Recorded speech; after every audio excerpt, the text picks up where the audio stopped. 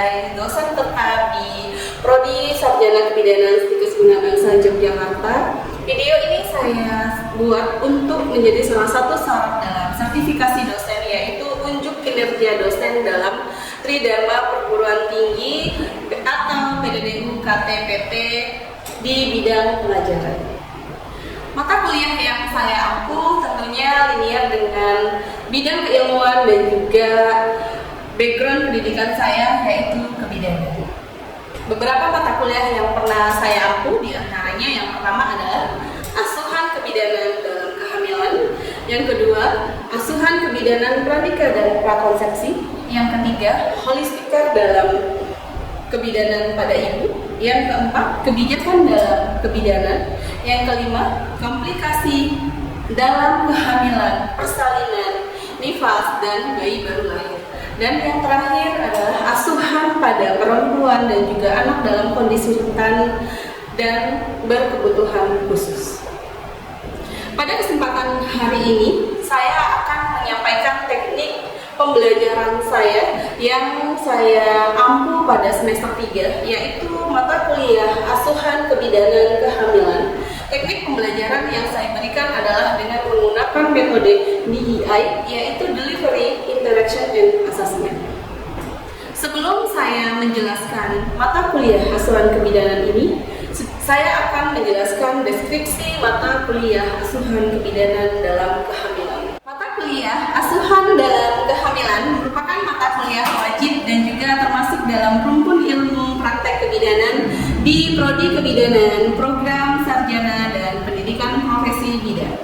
Mata kuliah asuhan kebidanan kehamilan mempelajari yang pertama, diagnosis dalam kehamilan, komponen dalam antenatal care, faktor yang mempengaruhi kehamilan, program dan kebijakan pada ibu hamil, ketidaknyamanan pada ibu hamil, kebutuhan nutrisi selama masa kehamilan, asuhan manajemen dalam asuhan kebidanan kehamilan, penyusunan bear plan, persiapan menjadi ayah, ibu, kakek dan juga nenek, pembelajaran interprofesional dan juga interdisiplin, pemanfaatan teknologi tepat guna, screening risiko maternal, screening kesejahteraan janin, dan juga dalam faktor yang mempengaruhi kehamilan, pemeriksaan fisik pada ibu hamil. Bobot SKS pada mata kuliah ini adalah sebanyak 4 SKS atau sebanyak 28 kali pertemuan, yaitu pembelajaran secara teori dan juga praktek di laboratorium kebidanan. Dalam mengampu mata kuliah ini, saya bersama 2 tim teaching dosen lainnya, sehingga saya mendapatkan 1 SKS atau sebanyak 7 kali pertemuan.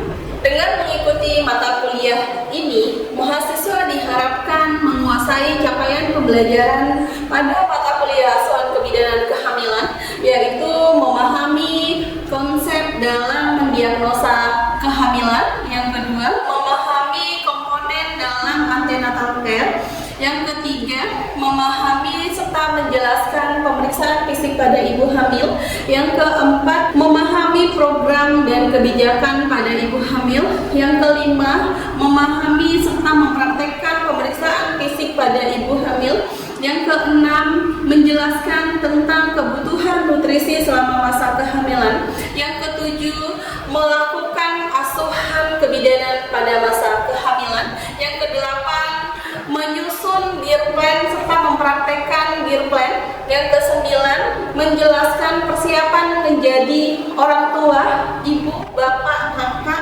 kakek dan juga nenek, yang ke-11 memahami konsep dari screening resiko maternal, yang ke-12 memahami screening kesejahteraan pada janin, yang ke-13 memahami serta mempraktekkan proses pembelajaran interdisiplin serta interprofesional, yang ke-14 mahasiswa mampu diharapkan bisa mempelajari tentang teknologi tepat guna dalam mata kuliah asuhan kebidanan kehamilan.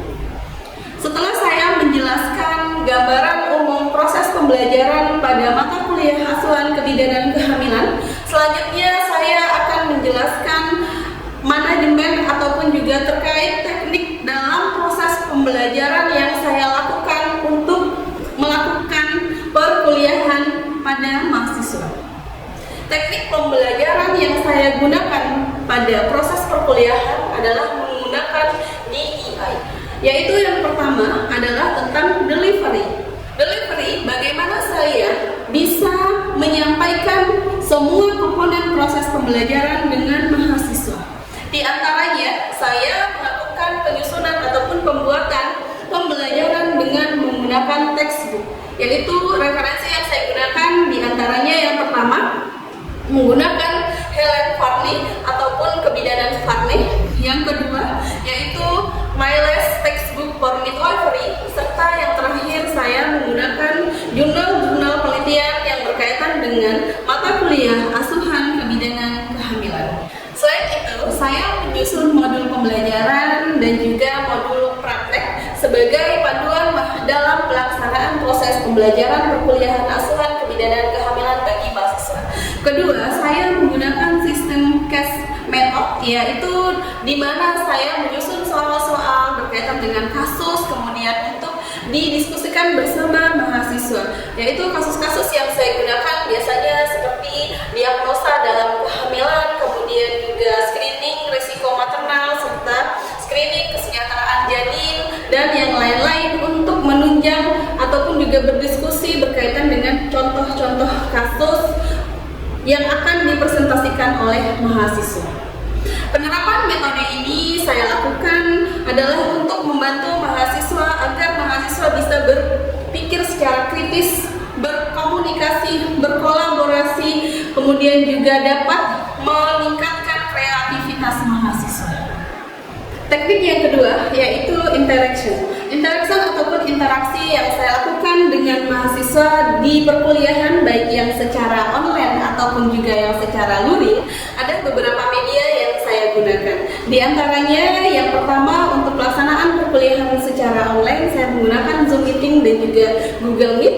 Kemudian yang kedua saya juga menggunakan metode e-learning system atau untuk di Stikes Guna Bangsa, e-learning Stikes Guna Bangsa yang memang di sana di dalamnya terdapat kontrak perkuliahan, RPS, penugasan untuk mahasiswa, serta kolom diskusi dan juga memasukkan materi yang sudah saya berikan kepada mahasiswa.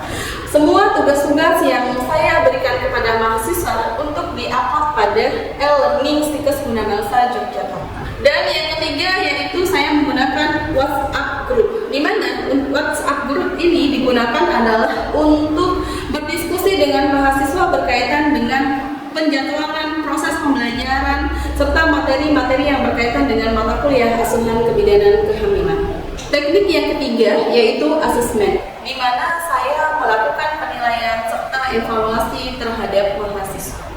Penilaian yang saya lakukan kepada mahasiswa didasarkan pada penugasan yang saya berikan secara individu, kelompok, keaktifan mahasiswa di dalam proses pembelajaran, ujian tengah semester, serta ujian akhir semester.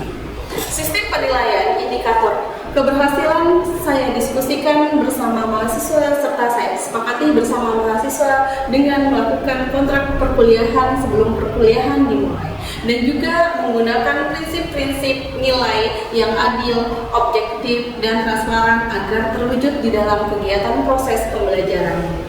Bobot penilaian pada mata kuliah asuhan kebidanan kehamilan didasarkan pada nilai tugas sebesar 20%, nilai praktek sebesar 20%, nilai keaktifan di dalam perkuliahan sebesar 10%, nilai ujian akhir semester sebesar 25%, serta nilai ujian tengah semester sebesar 25%.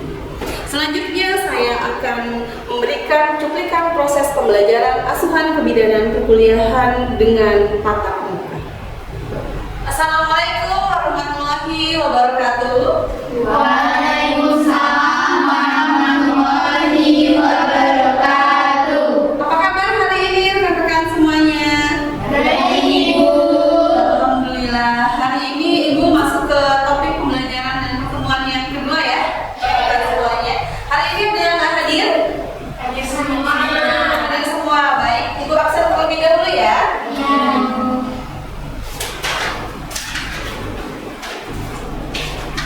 Nenek.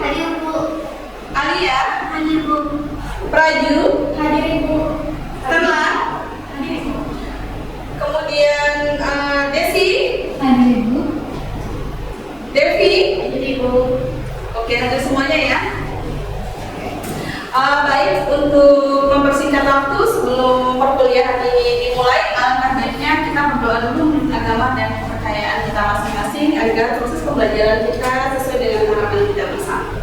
Berdoa disilakan.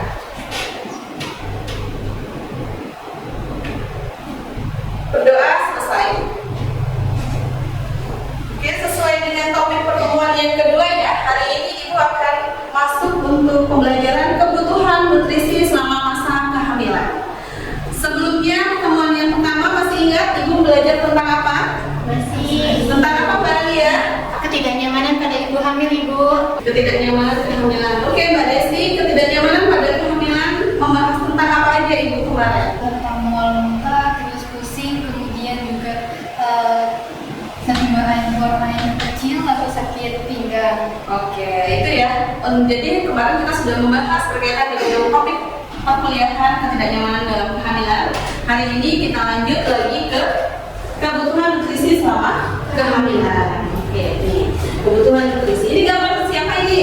Ibu hamil. Oke, kita masuk dulu. Nah, di dalam mata kuliah asuhan kebijakan kehamilan, khususnya untuk topik kebutuhan nutrisi selama kehamilan, tujuan pembelajaran yang nanti teman-teman setelah mengikuti perkuliahan ini harus mampu dan juga wajib memahami tentang yang pertama adalah berkaitan dengan riwayat nutrisi sebelum hamil. Kemudian yang kedua, memahami tentang definisi kebutuhan nutrisi selama masa kehamilan. Kemudian yang ketiga adalah nanti teman-teman semuanya mampu memahami tujuan dari pemenuhan kebutuhan nutrisi selama masa kehamilan. Yang keempat, yaitu kita mengingat kembali dan teman-teman diharapkan mampu memahami tentang konsep 1000 hari pertama kehidupan. Kemudian yang kelima, berkaitan dengan manfaat nutrisi selama masa kehamilan. Oke, jadi itu harapannya teman-teman setelah mengikuti perkuliahan dengan Ibu mampu dan paham ya apa yang kita pelajari pada hari ini. Nah, ini sudah pernah melihat gambar ini sebelumnya? Sudah. Ini gambar apa teman-teman? Isi piringku. Ini siapa? Oke, suami dan ibu hamil. Jadi makanan apa nih yang baik yang dibutuhkan oleh ibu hamil?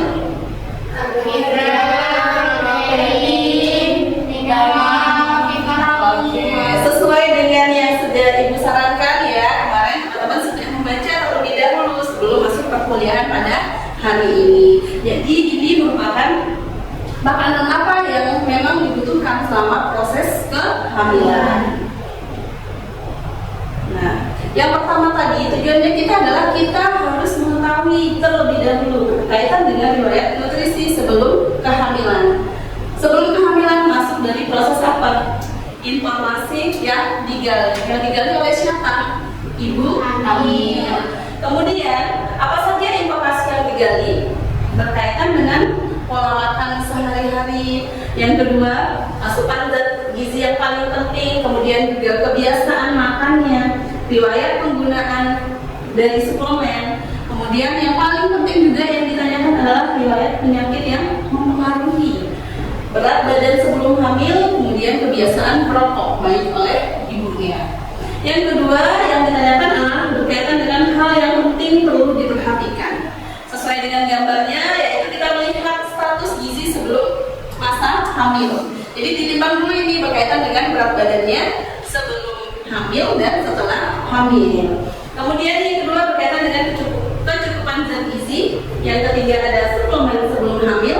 Yang keempat riwayat anemia dan yang terakhir adalah gaya hidup. Yang ketiga tujuannya yaitu untuk menggali riwayat nutrisi selama masih gadis sebelum hamil. Makanannya itu apa yang dikonsumsi seperti teman-teman saat ini belum punya keluarga, sering makan makanan siap saji? Sering. Nah, itu juga menjadi riwayat nutrisi sebelum hamil untuk apa? Untuk menilai kesiapan gizi sebelum masa kehamilan. Kemudian untuk mengidentifikasi faktor resiko nanti pada saat kehamilannya. Jadi kita harus mengetahui dulu riwayat nutrisi sebelum masa kehamilan. Agar apa? Mempersiapkan 1000 hari pertama kehidupan. kehidupan. Oke, jelas sampai di sini? Jelas. Ya, Mbak Neneng, ada yang mau ditanyakan? Nah, gimana kita bisa mengetahui atau menentukan porsi makanannya sehari-hari?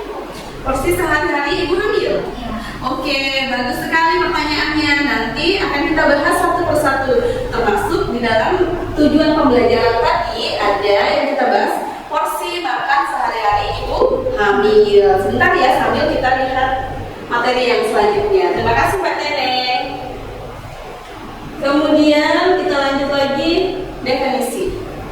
Sebelum ke definisi, tadi kan sudah diketahui itu kebutuhan nutrisi selama masa kehamilan. Kebutuhan nutrisi definisinya apa? Teman-teman ada yang tahu? Silakan. Ya, Mbak Devi, silakan. Kebutuhan gizi yang harus dipenuhi selama masa kehamilan yang alamiah agar pada saat selama kehamilan itu gizi yang terpenuhi sehingga janin yang di dalam perut dapat berkembang dengan baik dan sehat. Oke, baik, bagus sekali ya. Tadi ada lagi selain Mbak Devi. Oke, silakan Mbak Stanlis. Baik Ibu, definisi kebutuhan selama kehamilan itu ada nutrisinya seperti protein, karbohidrat, lemak, zat besi yang bisa didapatkan dari nasi dan juga dari daging-dagingan seperti protein hewani yang juga bisa didapatkan dari paru dan juga tempe dan juga mengonsumsi tablet tambah darah. Oke, luar biasa. Semangat sekali ya teman-teman pembelajaran hari ini karena berkaitan dengan nutrisi kita sehari-hari. Nah, ini untuk definisi dari kebutuhan nutrisi itu sendiri adalah jumlah zat gizi yang diperlukan oleh siapa? Ibu hamil. Pada masa kehamilan bukan hanya untuk ibu hamil, tapi untuk siapa lagi? Untuk si janinnya. Nah, jadi di sini juga mendukung pertumbuhan siapa? Pertumbuhan dari si dedeknya, ya. Nih, pertumbuhan dan perkembangan janinnya sehingga nanti salah satu faktor yang mencegah kekurangan gizi, kemudian berat badan lahir prematur dan juga sekarang yang dikenal dengan stunting. Jadi ibunya harus sehat dulu. Oke, kita lanjut ya. Untuk apa pembelajaran berkaitan dengan kebutuhan nutrisi ini harus dipelajari? Yang pertama tentunya adalah untuk memenuhi kebutuhan nutrisi energi ibu selama masa kehamilan. Karena saat hamil yang makan tidak hanya ibunya, tetapi juga ada janinnya. Jadi kita harus memastikan berkaitan dengan kebutuhan nutrisinya. Yang kedua adalah untuk mendukung pertumbuhan dari perkembangan si janinnya, yaitu di sini karena perubahan nanti dan juga pertumbuhan perkembangan janin itu mulai dari usia 0 sampai 9 bulan ada tahapan dari perkembangan dan pertumbuhan janin. Kemudian yang ketiga adalah mencegah anemia dan kek. Untuk siapa ini? Untuk si janin. Si ibu dan juga bisa untuk nanti si janinnya. Karena kalau ibunya kekurangan anemia dan kek akan menyebabkan pendarahan saat salinan ya. Bagus sekali. Kemudian yang keempat adalah tujuannya menjaga kehamilan ibu selama kehamilan ya, menjaga kesehatan ibu tentunya. Yang kelima, mengurangi risiko komplikasi kehamilan. Yang keenam, menyiapkan ibu untuk proses persalinan. Jadi kalau ibunya sehat, nanti tentu mendukung pencegahan stunting sejak 1000 hari kehidupan. Nah ini, kenapa kita kaitkan kebutuhan nutrisi dengan 1000 hari kehidupan? Karena tadi kita sudah paham ya teman-teman, tadi di depan sudah ada tujuannya adalah untuk memenuhi pertumbuhan dan juga perkembangan janinnya. Nah pada 1000 hari pertama kehidupan ini nanti terdiri dari 270 hari selama kehidupan dalam kandungan ibunya dan 230 hari atau disebut dengan 2 tahun pertama kehidupan anak setelah dilahirkan. Jadi masanya itu mulai dari kandungan sampai nanti si anak 2 tahun. Makanya babynya harus diberikan ASI eksklusif. Untuk apa? Untuk pertumbuhan dan perkembangannya juga. Ini di sini ada gambar baby ya, dari pertumbuhan dan perkembangan sejak kehamilan 1 bulan masih kecil sekali ya. Kemudian bertambah 3 bulan, 6 bulan sampai persiapan persalinan 9 bulan. Dari sini ada yang mau ditanyakan atau didiskusikan? Cukup jelas? Oke, kita lanjut. Ini adalah manfaat nutrisi seimbang untuk ibu hamil.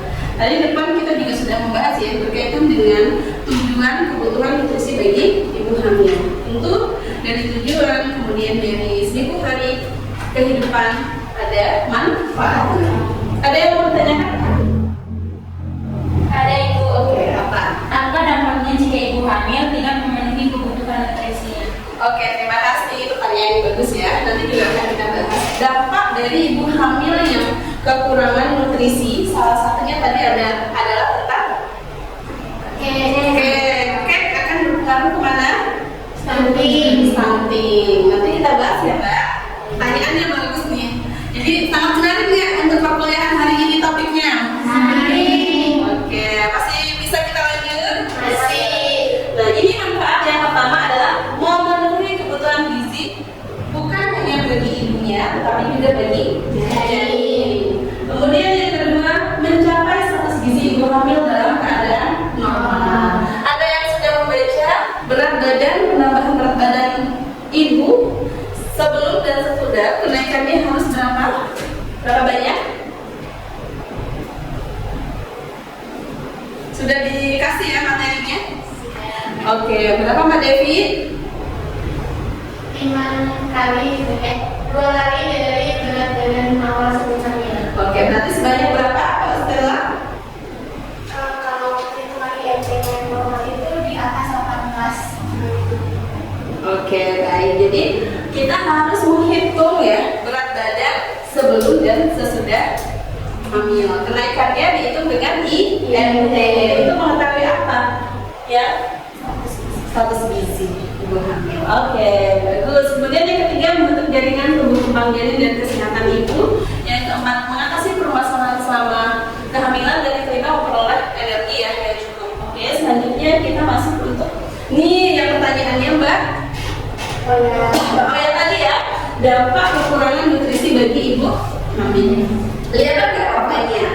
Di sana dampaknya salah satunya adalah ibunya mudah lelah, kemudian ada anemia, berat badannya tidak naik, kemudian daya tahan tubuh menurun, sehingga nanti akan menyebabkan dampaknya bukan hanya bagi ibu tetapi juga bagi janinnya.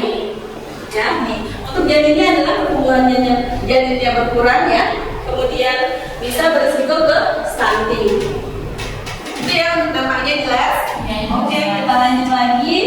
Nah, ini adalah kebutuhan zat gizi mikro yang diperlukan oleh ibu hamil. Kebutuhannya ini zat gizi, kemudian karbohidrat. Sudah tahu ya gambarnya ini makanan kita yang kita konsumsi setiap harinya. Ada fungsinya, sumber pangan dan juga sumber zat gizinya.